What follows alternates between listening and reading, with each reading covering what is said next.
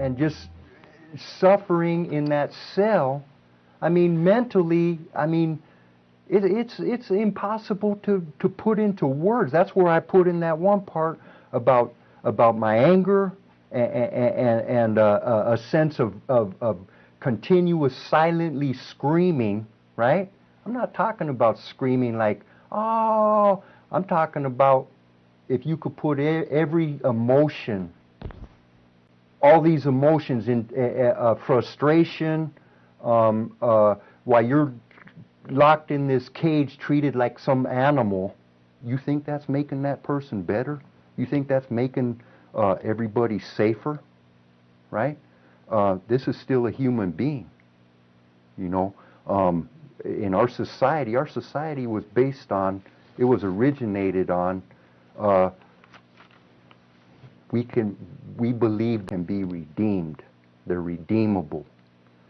Our system of incarceration was created to punish a prisoner and correct him or make him a better person than when he went in there.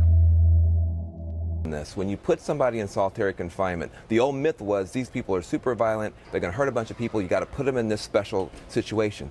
It turns out that after about a week, people start literally going crazy. Think about being on a long flight, how antsy you get. Imagine that never ends. And it's a week, it's a month, it's a year.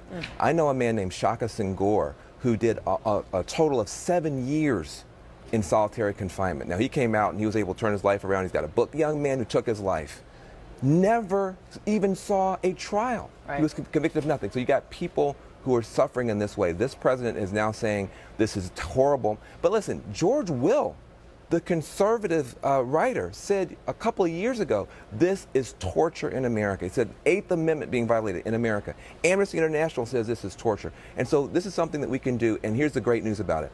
When you stop putting people in solitary confinement, as you saw in Colorado, as you saw in New Mexico, guess what? Results are down. The violence in the prison actually goes down, and rehabilitation goes up. So there's no justification for this horrible abuse. I'm proud of this president.